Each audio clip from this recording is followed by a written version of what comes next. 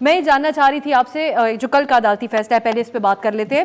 ایک طرف اس کو آج کی ہیڈ لائنز بھی بنی کہ پارلیمان کی سپریمیسی کو تسلیم کیا گیا ہے سپریم کورٹ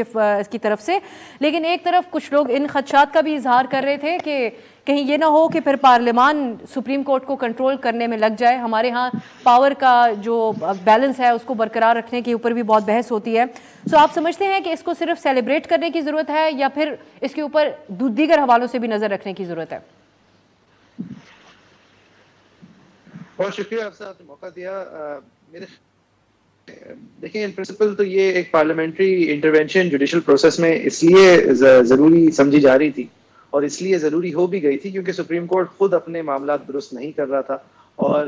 دھڑوں کے اندر جج صاحبان تقسیم تھے. سپریم کورٹ کے اوپر کامنٹری بھی اس بنیاد پہ کی جا رہی تھی کہ فلاں صاحب فلاں کے ساتھ ہیں، فلاں جج صاحب فلاں سے ہم خیال ہیں.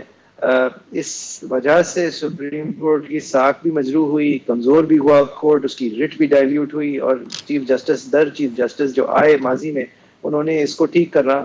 مناسب یا ضروری نہیں سمجھا اور رول بائی فیوڈم کی. اب اس کے اندر پارلیمان نے گنجائش دیکھتے ہوئے اور یہ گنجائش کرٹیکلی کورٹ کے اندر دیکھتے ہوئے ایک قانون لیجسلیٹ کیا اور کورٹ نے جیسے کہ ہم نے دیکھا کہ کل یہ فیصلہ کیا کہ پارلیمان مجاز ہے کورٹ کے پروسیجر اور پریکٹس کے حوالے سے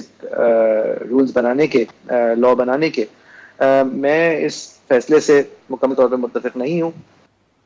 میں سمجھتا ہوں کہ سپریم کورٹ کی ڈومین تھی اور محض اس وجہ سے کہ قانون اچھا تھا اور یہ اشد ضرورت تھی اور بار کے نمائندگان کی کوشش تھی کہ یہ ہو جائے اور یہ تمام چیزیں بہت اچھی ہیں کہ کورٹس کے بینچز بائی کنسنسس بنے، کیسز کی ارجنسیز جو ہیں وہ ترتیب سے لگیں، وکیل of your own choice and review آپ رکھ سکیں. یہ ساری باتیں بہت عمدہ ہیں. تو یہاں بحث یہ نہیں ہے کہ قانون اچھا ہے یا برا ہے. قاضی صاحب نے خود بھی کہا تھا لاسٹ ڈیٹ پہ کہ we are not concerned with whether the law is good or not, we are concerned with whether it is constitutional or not. اور میری نظر میں کانسٹیٹیوشن کے اندر اتنی گنجائش نہیں ہے، اپیل کے حوالے سے اتنی گنجائش قانون کی کوشش کی ہے. بہرحال اب جب ڈیٹیل ریزنز آئیں گے تو ہمیں پتہ چلے گا کہ جج صاحبان نے کس بنیاد پہ 10 جج صاحبان نے اس کو ویلڈ لا قرار دیا ہے. لیکن یہ میں بہت کمفرٹیبلی کہہ سکتا ہوں کہ یہ گنجائش کبھی بھی نہیں پیدا ہوتی اگر عمر عطا بندیال صاحب اس کورٹ کو ایڈمنسٹریٹولی بلاتے اور تمام ان باتوں کے اوپر فیصلے کرواتے اور لوگوں کی آراء لیتے، جج صاحبان کی، اپنے بردر اینڈ سسٹر جج صاحبان کی آراء لیتے جو کہ یہ پروسیس آگے کس طرح بڑھایا جائے. اور قاضی صاحب سے یہ بہت امید ہے کیونکہ انہوں نے خطوط کے